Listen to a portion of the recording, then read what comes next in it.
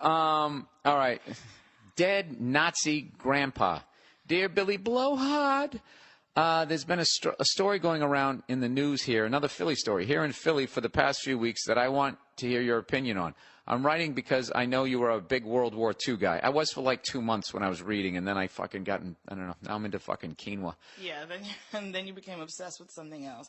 That's what Bill does. He gets really into something, and he's like obsessive about it, and then he moves on to the next thing. Which is why I'm a comedian, why I can't write scripts, because my mind works in bits. I take a little information, and then I go, ooh, there's a spider on the wall. You know, the funny thing is that I give you a hard time about that all the time, and I'm very similar to that.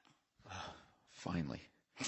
Okay, and following this, I know you're a big World War II guy, and following this has weirdly made me feel sympathy for an ex-Nazi. So he's been following this story, and he feels sympathy for an ex-Nazi. He says, long story short, there was an 89-year-old man who had served as a guard in Auschwitz when he was 17. His mother was born in the United States, so after the war, he moved to the Philadelphia area. He lived here under his original name, and it says June, I guess until June 2013. There was a word missing there. When a Bavarian town passed a law allowing ex-Nazis to be excommunicated to Germany to face trial. He was eventually arrested and charged with 158 counts of accessory to murder. There was a big argument about it. The guy just died in U.S. prison this week. I got into an argument about this today. Is it fucked up for this guy to get arrested 70 years later for something he did as a teenager? Even if he is the biggest cunt on the planet, I think the Philly cops have other shit to worry about. It's like that movie Apt Pupil. That sounds like Apt Pupil. Do you remember that movie? Yeah, except this guy was, he was in a guard tower, where that other guy was like a Rudolph Hess more type of a guy. I don't think it's fucked up for you to get arrested for something that you did in your teenage years. If you killed 158 people. But this is the thing. He's a 17. This is the thing. If he came at it like this and saying, listen, this guy was a teenager, all right, when this madman took over his country, he doesn't have a choice. He has to join the fucking army. And everybody is like, well, you know, you could say, no, I'm not doing it. And then it's like, then you get your brains blown out. You can't just go, well, fuck it, I'm out of here. It's 17. Where are you going to go? Not only is your country completely at war, the entire continent is at war. And I think it's very easy to not be 17 in the middle of fucking World War II and for you to sit there and go, and like, you know what I would have done? I would have been an angel, and I would have done this, this, this, and this, and this. And it's just like I can have empathy for the situation that he was put into, but it's one of those things where it's, I mean, what happened there? I mean, they're prosecuting people. I mean, I don't know. Do you think that the 17-year-old kid, I mean, he's a fucking kid. The person or the people that would be very concerned about having this person arrested would be like.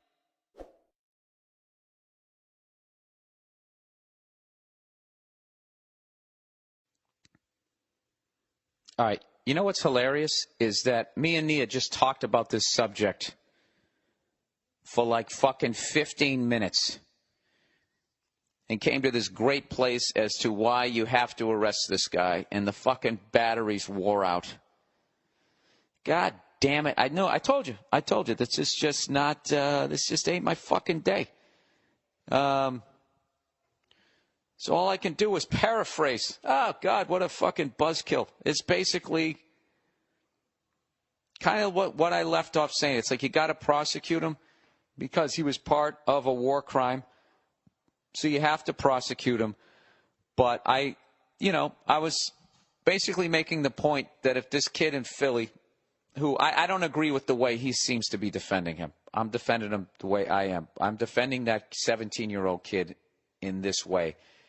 That everybody, if he was to walk into anybody that was to walk, you guys were to walk into a bar and you were to bring that up and you'd ask people what they would do, what they would have done in that situation, everybody's going to be Captain America. Everyone's going to be like, dude, you know what I would have done? I would have fucking shot Hitler in the face, and I would have done this, and I would have done that, and all this type of shit. And it's just like, you know, it's very easy to be fucking sitting in a bar drinking a fucking Rolling Rock and paint yourself out to be this unbelievable hero and all this shit that you would have done. But, like, I think, unfortunately, this kid was born at the wrong fucking time. I don't think that, like, I mean, I really don't think that this kid, when, you know, he would.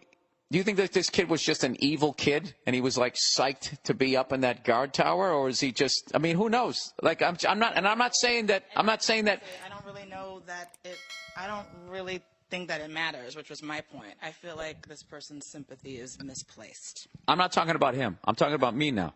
Oh, it's about you. Yeah, I'm talking about my opinion. Which is what? That you can't, because he was 17 years old, chances are he didn't want to do it, and he was forced to do it. I'm saying at 17, you're very impressionable. Yes. You can get talked to, you can get brain like a 35-year-old person, 45-year-old, 55-year-old person. You know, at that point, you know so much more about life. Like, people can't come up to you and tell you, like, it's very hard, much more difficult for somebody to come up to you and try to convince you of something that you know isn't true, that you know is not, and you can spot crazy from a fucking mile away. But what I was talking about, which of course got lost, was what usually, I don't know what it is about people who are smart and people who are like, hey, live and let live. Because of that intellect, they're also not. They don't choose violence. And unfortunately, you need to fight fire with fire where they're like, well, violence doesn't solve anything. It's like violence would have solved this. Like when you were when they were first starting to take over and people were choosing self-preservation rather than helping out their neighbors, is what they should have gone out and like, I mean, like, this once again, I'm doing this woulda, coulda, shoulda shit. Like, oh, dude, you know what I would have done? You should have gone out there, or you should have organized the people on your block. You know, and if you had a Jewish family on your block going like, look, we're all down with, well, these are our friends. They're not taking them. And if they come down here, you know, we're fucking taking them out. And if you started that movement and you started taking them out before they took everybody else out, you could actually stop it. But the thing is decent people, regular people, live and let live people are essentially not organized. And that's the only advantage that they had, was they were walking around, they were organized. And then I think that people choose the cowardly decision of self-preservation. But I don't think self-preservation is cowardly at 17. I think 17, I mean, you were a boy. You're not, it's like that Britney Spears, not quite a woman. You're not quite a man there, Nia. And all of a sudden this fucking event comes along and you get swept up into it. So, look, if this guy was, this is what I'd say. If this guy was 30 and he was in a guard tower, fuck him. All right? If you're 17 in a guard tower, you still got to prosecute him. But, like, it's not like I'm going to sit there and be like, dude, you know what I would have done at 17? When the entire continent was at war, I would have fucking walked to Africa and just left it behind. Like, I mean, I don't know what this kid's, I mean, his option was basically, he had to take a bullet in his own head or go up there. Yeah, I don't know. I don't know. I'm out on this one, I think. I'm out. I mean, I just don't feel like, I don't know. I don't have anything really to contribute anymore to that question other than what I just said about their sympathy being misplaced. Yeah, I can't seem to have a conversation with you about what I'm saying. You just keep going back to this kid. I'm not saying that this kid, I'm saying what I'm saying. And I'm actually talking about how a fucking lunatic like Hitler comes into power. He doesn't come into power because he makes sense. He comes into power because all these other people that don't think he makes sense, they choose self-preservation.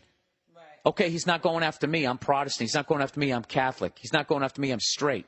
And the fear of watching your neighbors who you had a fucking cookout with, and you hear them screaming as they're getting dragged out of the house, and you know you should be doing something, but you don't because of your own self-preservation. I think it's very easy for people to hear this story and be like, oh, that fucking Nazi piece of shit, and blah, blah, blah, blah, blah. There's people as adults would choose self-preservation, who would criticize what this kid did when he was 17. That's my point. My point is not that that